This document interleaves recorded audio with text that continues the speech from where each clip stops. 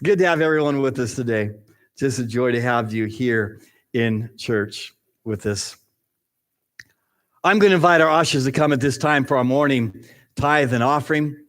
We thank you for your faithful giving to the church during the summer months. It's been good, and thank you for your faithful support of First Assembly and of our ministry.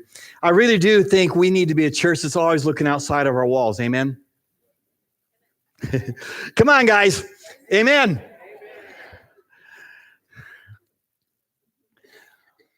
We always need to be looking outward.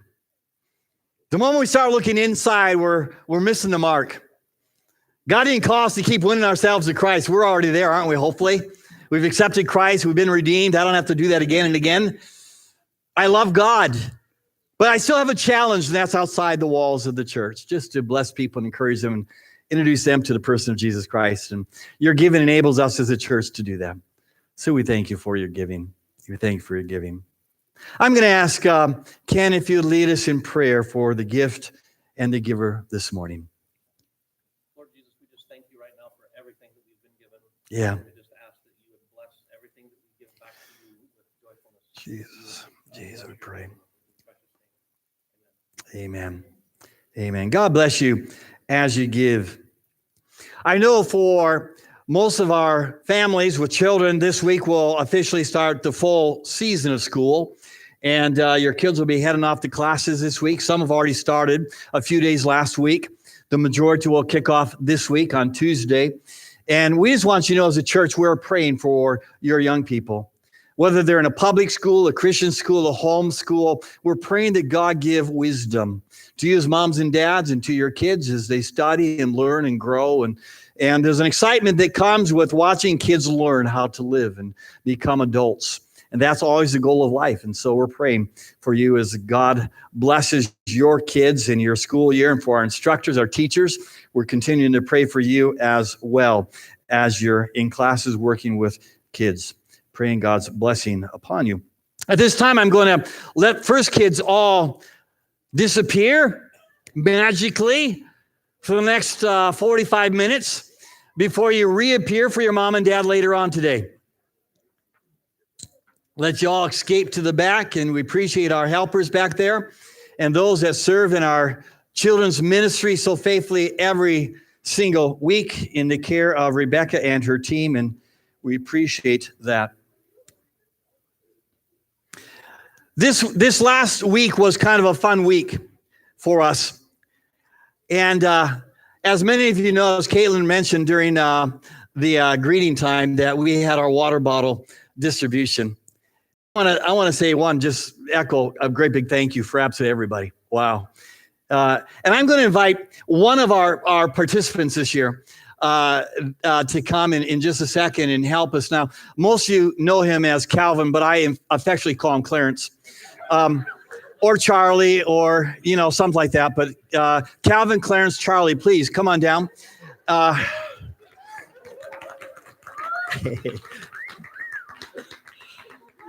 Wow, you got a whistle. Well, I come up every Sunday. I've never had a whistle. I do push-ups before I come in.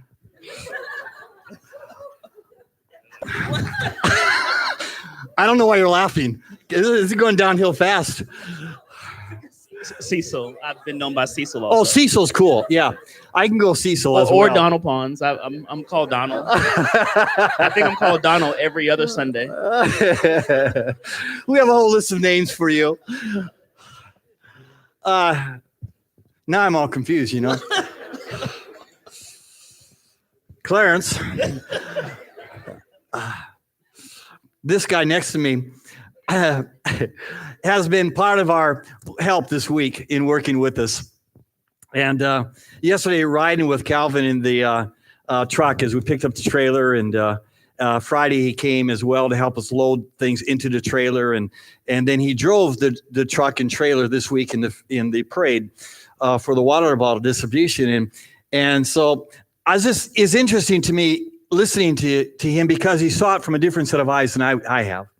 Because this is my third year in doing it, and sometimes I lose perspective in that. But he had some different perspectives, and I just wanted him to have a chance to share a little bit. And And I thought this is a great opportunity following on the heels of such a cool event. And the first thing was he was so calm and relaxed when we were picking up the trailer. But then when the parade started, you changed a little bit. I was white knuckling my steering wheel. So tell us what happened. Tell us how you felt in the parade itself. So in the parade itself, so I have to say this first. God checked my pride. And I know we talked about this. And the reason why I say God checked my pride is because we're just handing out water. You know, if anyone goes to a parade, everyone throws candy.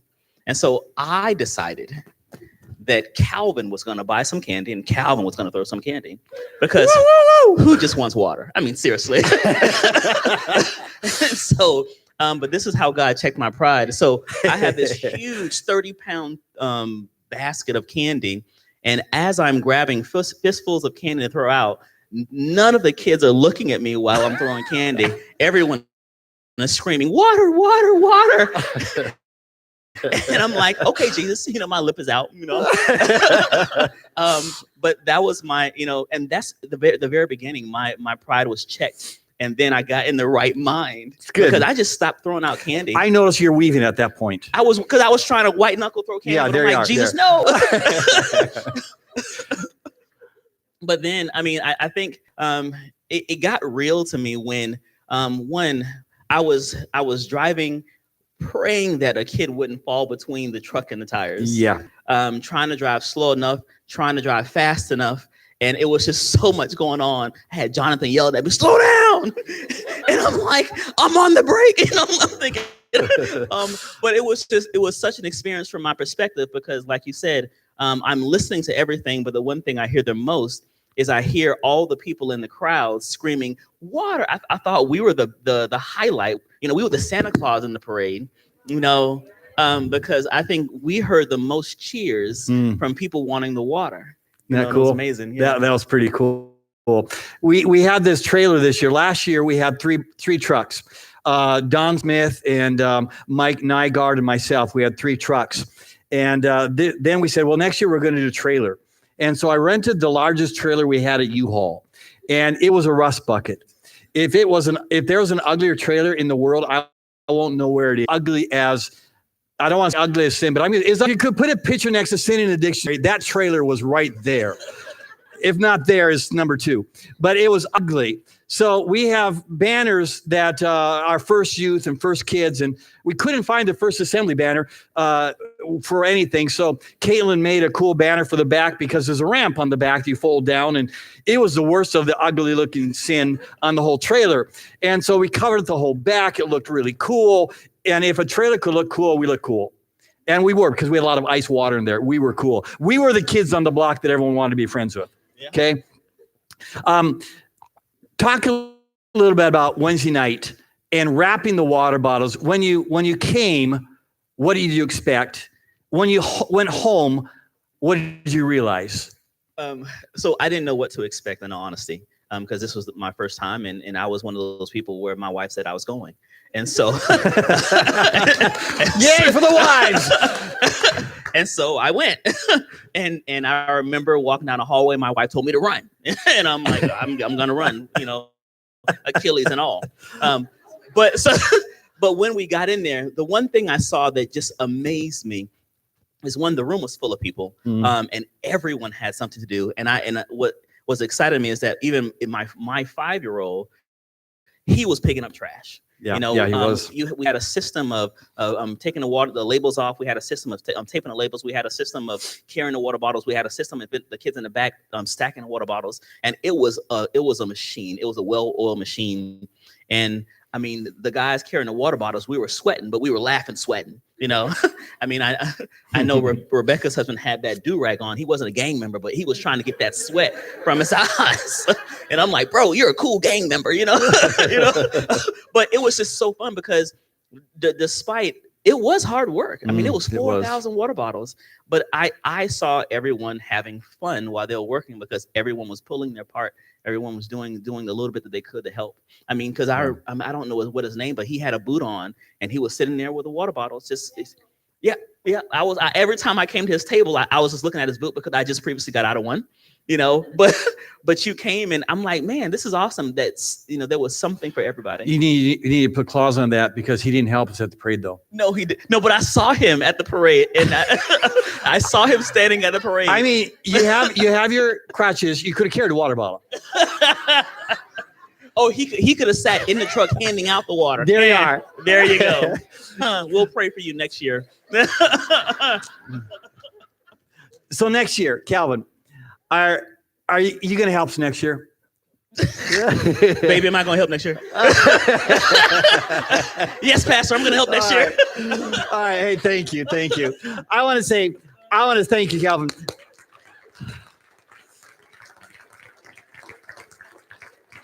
I want to say thank you to absolutely everybody who participated, from bringing water to running water out yesterday. Thank you so much for all that. It was incredible. We really do appreciate your participation. What a blessing that was. One thing I noticed in the whole process from Wednesday through yesterday, and I posted in Facebook, and if you want to befriend me on Facebook and you haven't, please do, but I posted on Facebook, and that was this. Every picture I put up, and we were running. I did 4.5, 5 miles running in the parade on my Fitbit. And every picture I found that we took, even though we're hot and running, there was a big smile on everyone's face. That was impressive. To me, that was pretty cool. So you guys represented First Assembly well, and I just want to say thank you. Thank you for all the participation, from buying water bottles to labeling water bottles to giving out water bottles. What a blessing you were. Let me go on to our service, our message for today. Thank you, everybody. Joshua chapter 1, verse 9 is where we're starting. We've been using this as a foundation for this series on courageous servants. The first week I said, I don't think you can use these two terms. They go together. They cannot be independent. To be a servant, I really am causing myself to be courageous because I'm giving something beyond what I probably would do on my own. And to be a servant, it takes courageousness. They go hand in hand together. Joshua chapter 1, verse 9. Have I not commanded you? Be strong and courageous. Do not be afraid. Do not be discouraged. For the Lord your God will be with you wherever you go. There's some wonderful promises in this verse and how they deal with real life. Even if I look at the word discouragement, just for a moment, how many of you have been discouraged over the years? Just discouraged. You're facing obstacles. You just didn't see how it would work. And discouragement hits us from so many different levels and so many different ways. Football season starting off. And if you're not a Viking fan, I know many of you are already discouraged.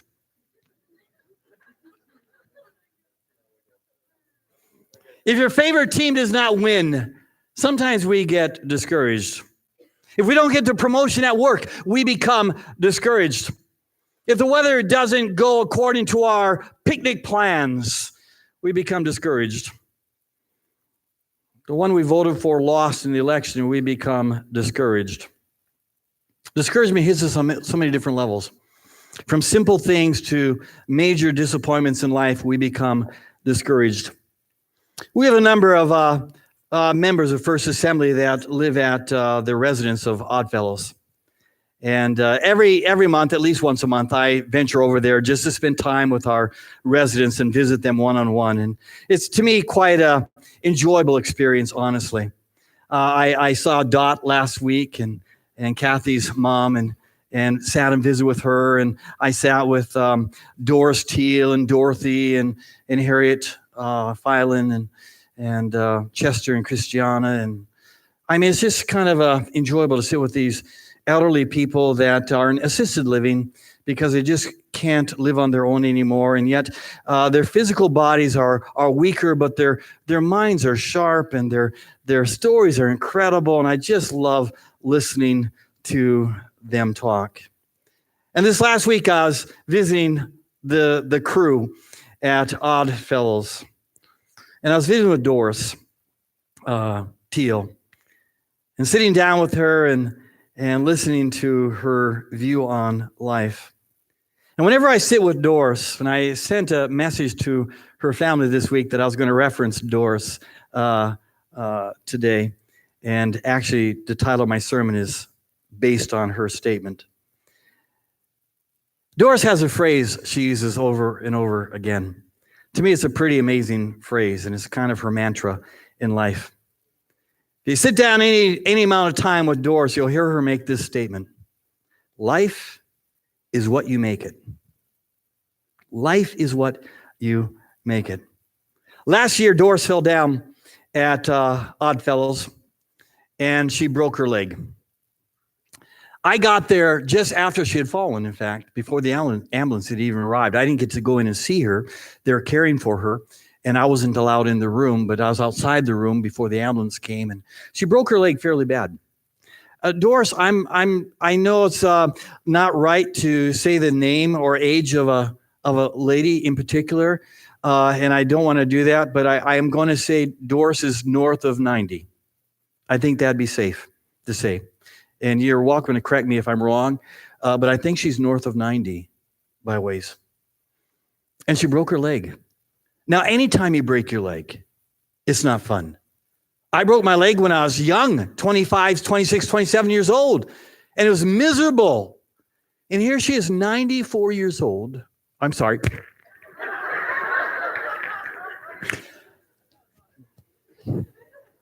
I think the Lord just spoke. Just used me as his spokesman.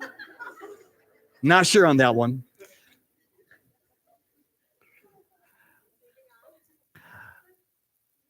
Here's this young-looking elderly lady that broke her leg.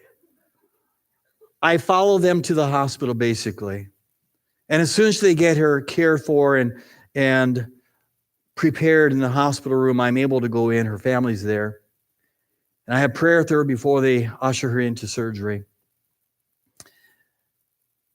And as I'm getting ready to walk out of the room, here's this elderly gal laying on the bed. And you know, when you lay in a hospital bed, you just look frail, don't you? I mean, it doesn't matter who you are. You look frail. And here's this incredibly loving, kind, compassionate elderly woman laying in a hospital bed at 90-some years of age, getting ready for major surgery on her leg and a recovery time that's going to be incredible.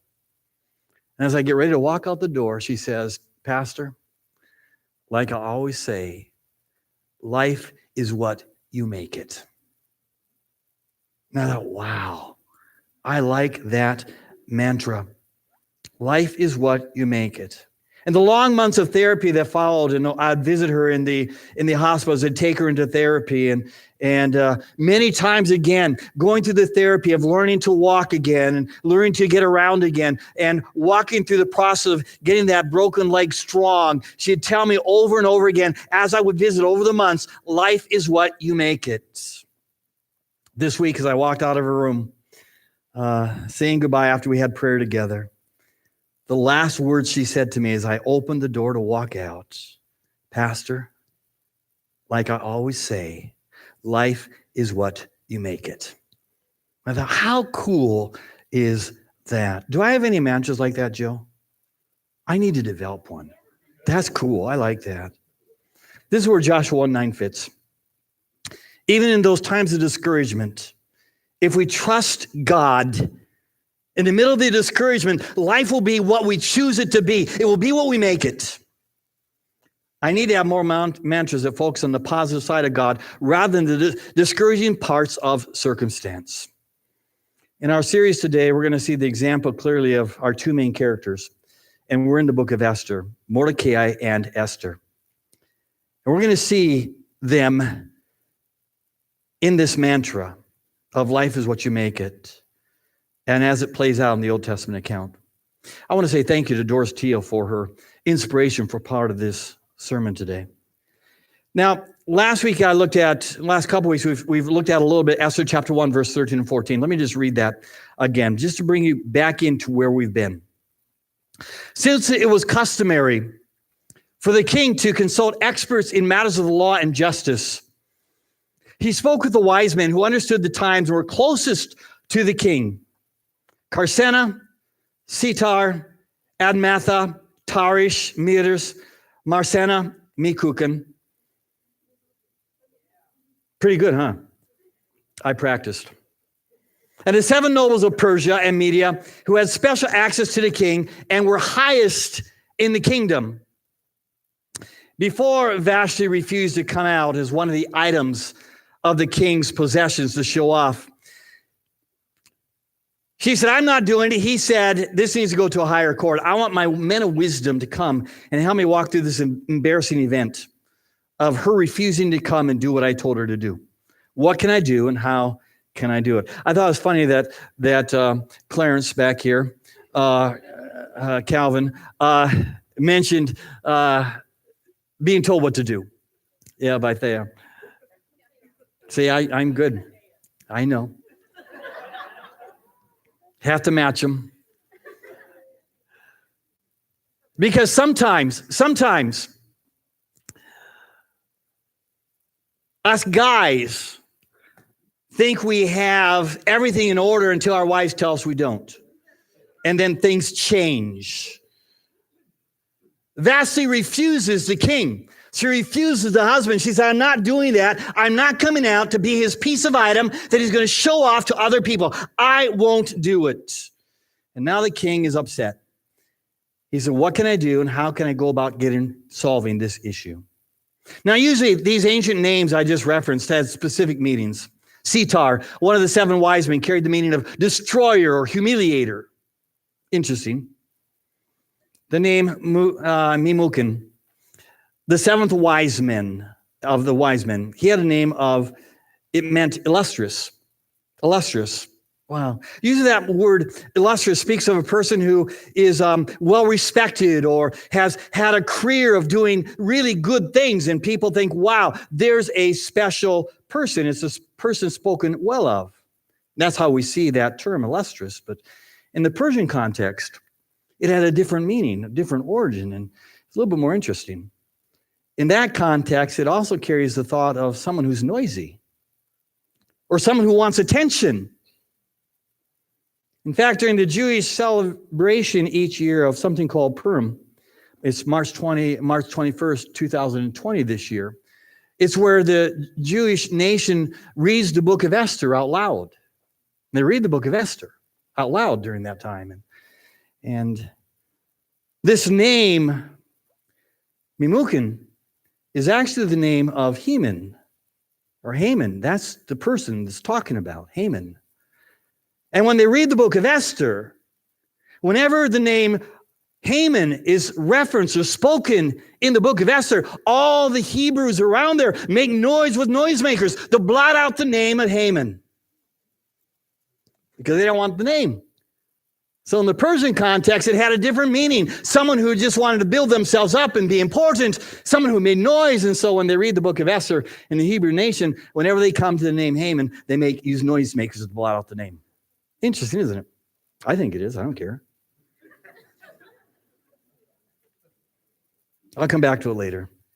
Esther chapter 1, verse 15 and 16 said, according to the law, what must be done to Queen Vashti? The king asked. She has not obeyed the command of King Xerxes and the eunuchs have taken to her. Then Haman, or Memucan, replied in the presence of the king and the nobles, Queen Vashti has done wrong. Not only against the king, but also against all the nobles and all the peoples of all the provinces of King Xerxes. This is from a vast area of country. Question being, does Haman, the one who ultimately sets up for the destruction of the Jews here, my question really does he have a sinister plan from the beginning concerning the Hebrews? And my answer to that is I don't really think so. I don't think he has a sinister plan that he's putting in order. I think rather he sees opportunities to use to come against the people that he despises. Haman does have a personal axe to grind concerning the Hebrews.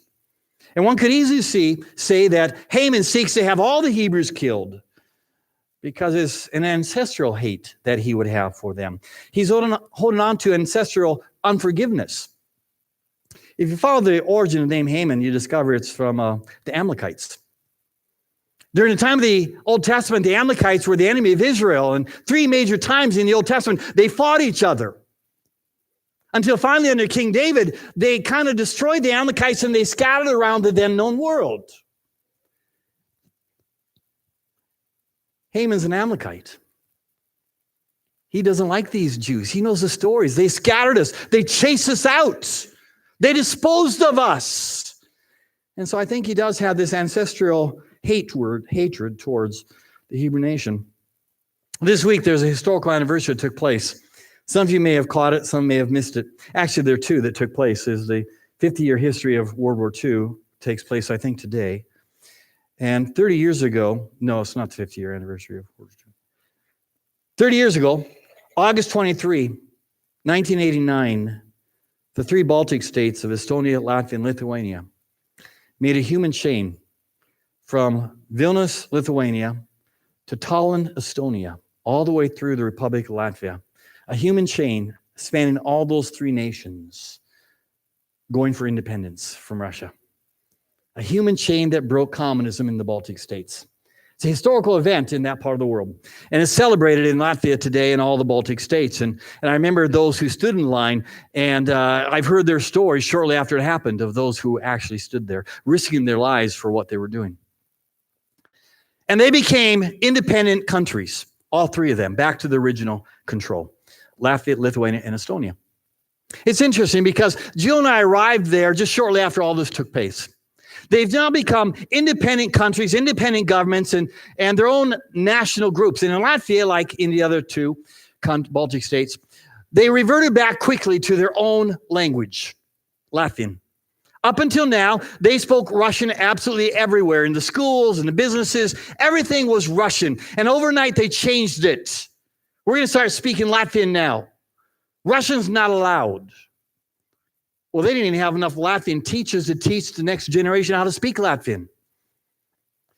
Over the next couple years, I discovered something interesting happening. Even 15 years later, 20 years later, something interesting happened. One day I'm walking in the old city of Riga, and I like to visit with people wherever I am. I just like to talk to people.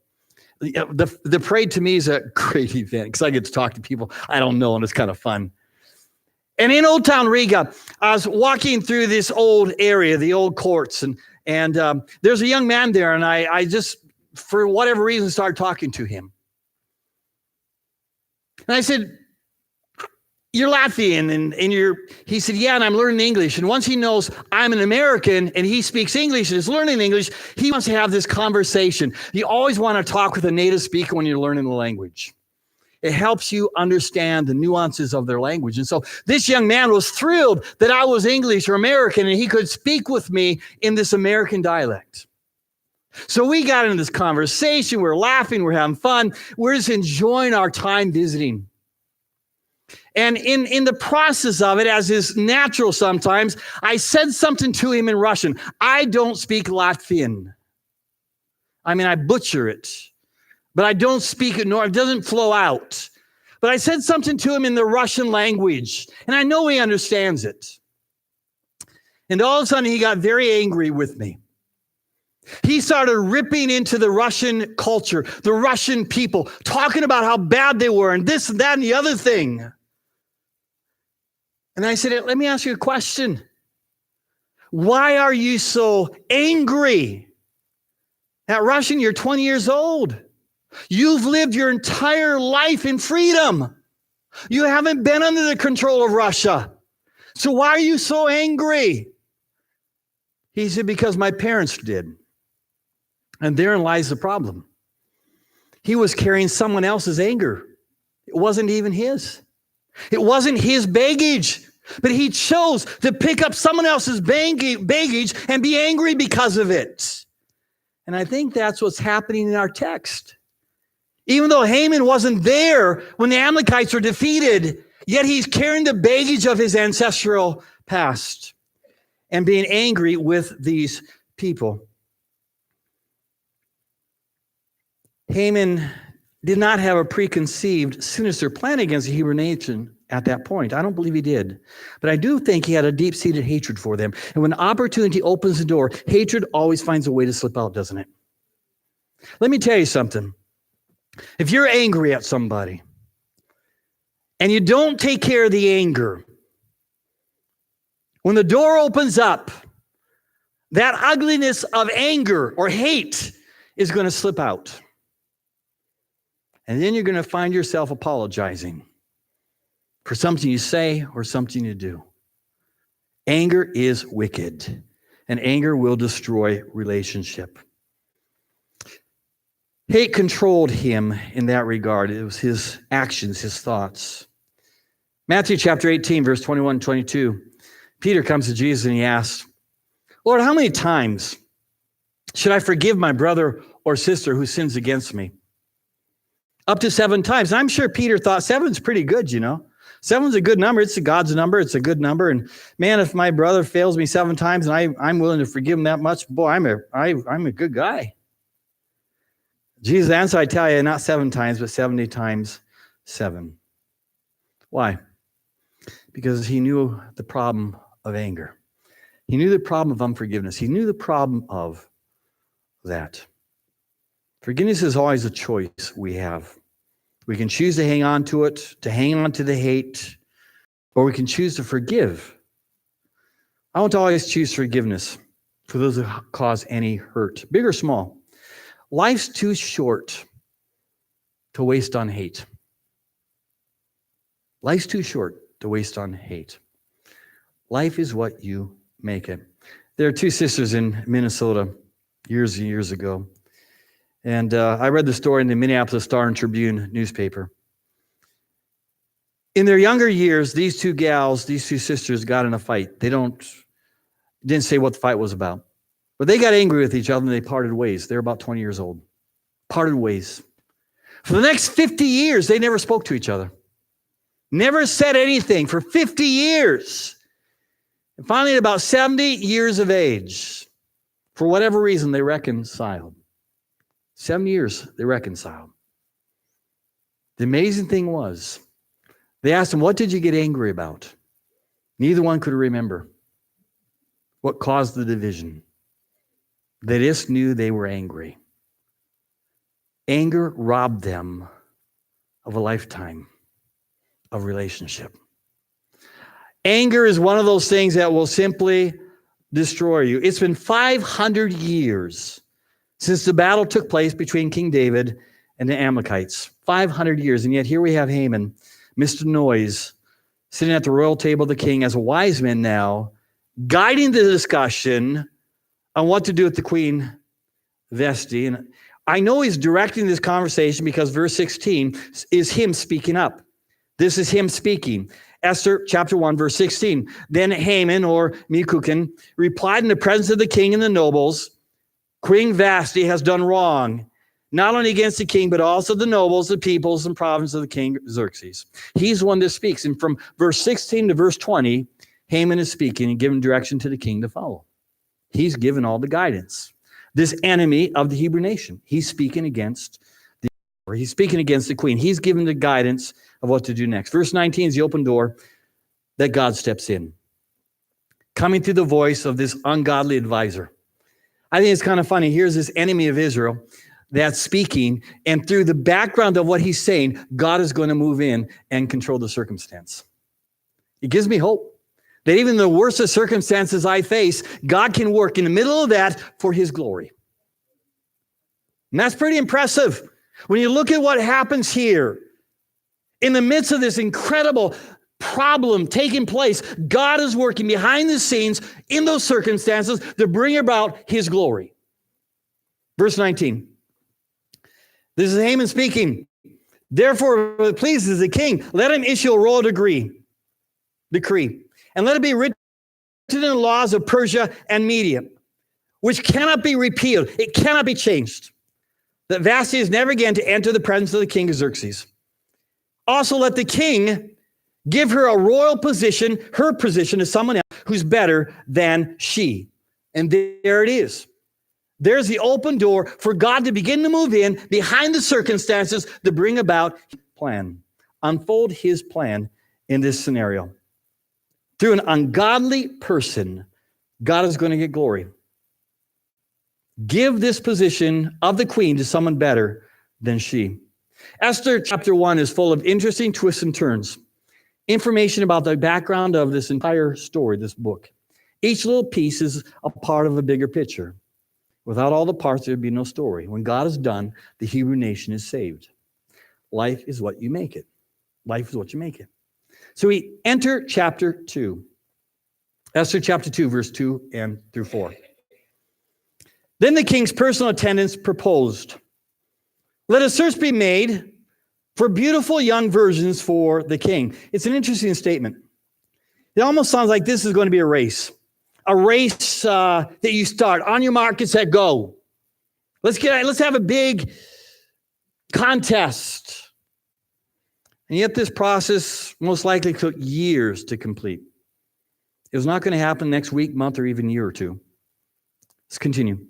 Let the king appoint commissioners in every province of his realm, 127 of them, to bring all these beautiful young women into the harem at the citadel of Susa. Let them be placed under the care of Hege, the king's eunuch, who is in charge of the women, and let beauty treatments be given to them. Then let the young woman who pleases the king become the queen instead of Vashti. And this advice appealed to the king, and he followed it. Now, Hege is a eunuch, a castrated male. It said that 500 males every year were brought into this citadel at Susa as eunuchs. This is the top one. This is the one who's over all the rest. He's in charge of all these girls that are brought in. King Xerxes had a personal attendant propose that the most beautiful women, virgins in the empire, be brought into this citadel from India to Ethiopia. And these girls were placed under the care of Hege. Josephus, a Jewish historian, wrote that up to 400 virgins were brought in for this event. 400 brought in for this event, brought to the palace. These gals were given the royal treatment. This is where the royal treatment really began. If you ever heard the statement, royal treatment, I think this is where it started. For 1 year, each of these gals had beauty care like no one could imagine. 6 months of treatment of oil of myrrh. Oil of myrrh. How many of you ever thought, what is oil of myrrh? Oil of myrrh is kind of like a sap from a tree. It comes out of a tree. You harvest it pretty much like you harvest syrup. And it has antitoxin values to it that clean out your toxins in your system. And it has benefits to the skin. And so this oil of myrrh became very important. In fact, in the Bible, you have 152 references to it. The value of this was very important in the time of the Old Testament, even in the New Testament. It's a tree resin. So for 6 months, these gals were given treatment with things like the oil of myrrh.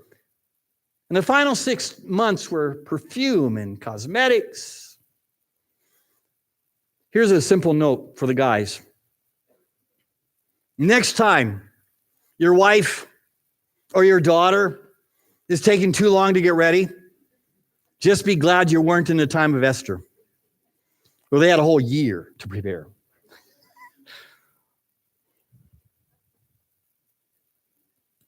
One full year getting ready to be seen by the king for one event.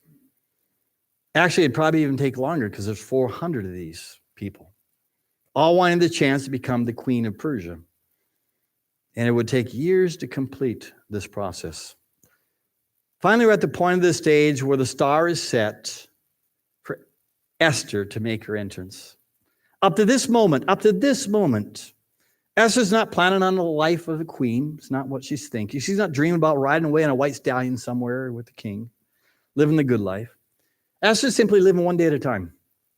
Just living one day at a time as a normal person. But the stage is set. It's an important part for me to see. Too many times we look forward to the future rather than live the moment. You ever notice that? We look forward to the future rather than living the moment. I look forward to this event. I look forward to this race. I look forward when this happens. Always looking for what's going to happen in the future rather than living what's happening now. When Jill and I went into missions years ago, one of the questions they wanted to make sure we were able to answer well. You want to go into missions for what reason, purpose? And are you faithfully doing your call as a Christian now? If you want to tell people about Christ overseas, are you telling people about Christ here? If I'm not doing it here, I'll never do it overseas. Because some people have this imagery in missions that if I go in missions, all of a sudden I'll become an evangelist. Doesn't work. In fact, if anything, it's worse. Because now you don't speak the language, you don't know the culture, you don't know the people, you have no voice, no one knows who you are, and you're not going to win anybody. If you can't do it here, you're not going to do it there.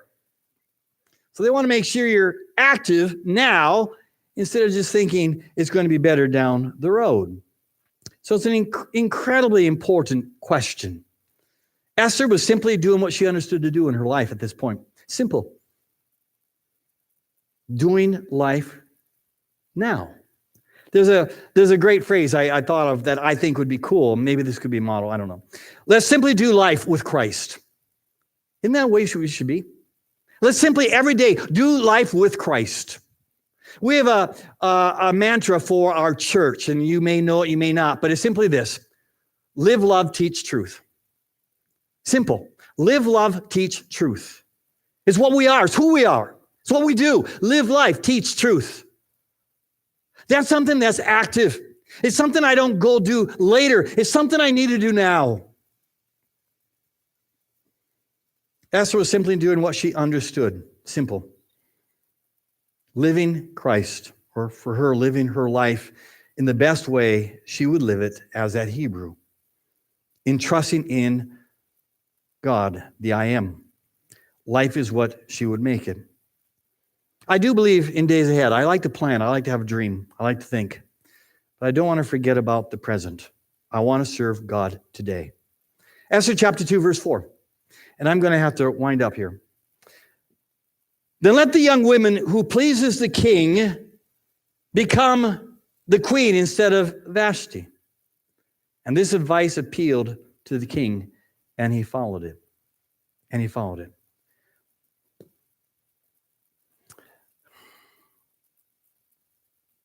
Neither the king nor Esther knew what was coming. Mordecai, the cousin of Esther, did not see what was coming. Even Haman, the plotter of evil, did not see what was coming. Everyone is in the dark, but God is in control. And he is preparing salvation for his people even before anyone knew. God was working. And it's an amazing thing about God. Even though you and I can't always see what God is thinking or God is doing, we can't.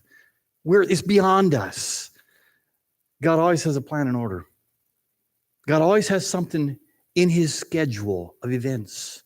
And concerning you and I, it's for our benefit because he loves us. Even in the middle of the circumstance, we don't see it. Esther, her uncle, did not see what was going to be happening, but God did. Mordecai didn't know. God did. Even Haman didn't know. Haman didn't know, but God did. Let me look at one thing, and I'll come back to this later next week. Something that I want to mention that is really a challenge to our thinking. Because for most of my life, I thought Mordecai presented Esther to the king as one of the brides or one of the virgins. I thought Mordecai presented his cousin there, and I thought, how could Mordecai do that? But Mordecai didn't do that. Mordecai didn't offer up Esther. Esther chapter 2, verse 8, here's what it says. When the king's order in edict had been proclaimed, many young women were brought to the citadel of Susa and put under the care of Haggai. Esther was also taken to the king's palace and entrusted to Haggai, who had charge of the harem. Here's an interesting thing. In Hebrew, the word taken there carries the image of being seized or carried away. Here's this gal. All of her life, she's been trained and raised up in the family that she has and being cared for by Mordecai. And then this challenge is given to bring all these beautiful young virgins, and Esther is seized. She's taken, carried away to be one of the 400 vying for the attention of the king. Now, I will stop there with that statement because here's my question for next week. Why would God allow that to happen? Why would God allow that to happen? Interesting, isn't it? We'll come to that next week. Here's what I want to end with today. Here's what I want to focus on today as we bring our thoughts to close and as the worship team comes.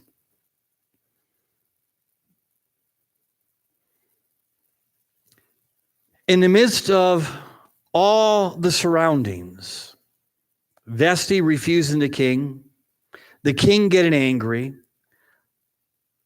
Haman coming into the scene of saying, here's what we can do. We'll have a pageant. The order sent out is going all across the land from Ethiopia to where the other side, just incredible amount of space, Iraq to Ethiopia, involving years of events, movement of hundreds and thousands of people. And in all that process, when no one knows what's really going on or what's going to happen, there's one constant. And here's what the constant is. God had a plan.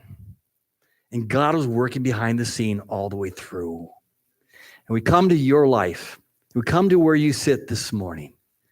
And whatever you face this week, whatever you walked through last week, whatever the family situation looks like, whatever the job situation looks like, whatever the finance looks like, and you say, I don't understand why all these things happen, why this is taking place, and that is taking place, and that is happening. I want to tell you the constant in your life. If you love Jesus Christ, God is with you. And when God is for you, who can be against you? God is with you. And God has a plan. And I just say, oh, Lord, put blinders on my eyes like the horse, and let me just trust in you and walk straight ahead. I don't want to look to my right. I don't want to look to my left. I want to look to you because you are the author and the finisher of my faith. I look to God because God knows. Bow your heads with me, please.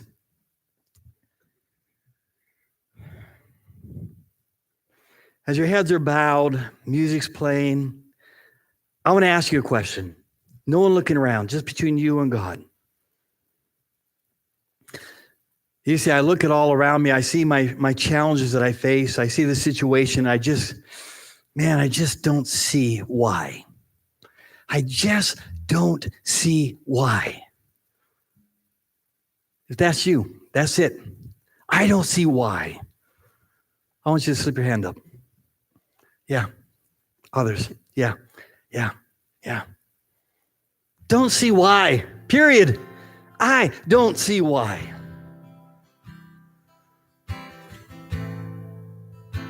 I think God will speak to you this morning by his Holy Spirit. And I think he'd say, I am in the middle of the circumstance. I'm there. You don't see the end from the beginning. I do. You don't know the why? I do. You don't know the how? I do. Trust me. I will be with you. I will never leave you. I will never forsake you. Trust in me. And when we do, I think we see the hand of God, even in the midst of the chaos, even at times amidst ungodly people that we get frustrated by. God comes through, and in the darkness there becomes this ray of light that shines down and says, you are my child, and I am watching over you. And I think God would speak that to us today. I am watching over you. I haven't set you in a corner somewhere and forgotten. I'm with you. I'm with you. Lord, I pray right now. Lord, I pray that you would help us just stir up that faith in our heart again, even in the midst of a crisis or difficulties. And I know there are many among us today that would just say, yeah, I don't see the why of this. I don't see the how of this. But I do trust you. I do trust you. Help me keep my eyes on you, the author, the finisher. Help me be ready for such a time as this. And in the middle of the storm, May my eyes look to you, my Redeemer, that you are with me. You're walking every step of the way, enabling me, comforting me, empowering me, encouraging me. At the right moment, the right encouragement comes, just to let me know again, I'm with you. Just like handing a cold water to a hot, thirsty person, and that refreshment comes at the needed time. Lord, that is how you are with us. Lord, I pray this morning for this church, for everyone who's in attendance today and those who are gone over this Labor Day weekend. I pray we can live in this moment. We can be active in this moment, not waiting for a crisis to end, not waiting for something better to happen, but right now, where I am, God, I serve you. Life is what I make it. As the mantra from Doris would go, life is what we make it. Lord, help me trust in you and let that life of God shine forth. I pray in Jesus' name. Amen. God bless you. Would you stand with us as we sing one more song to close out?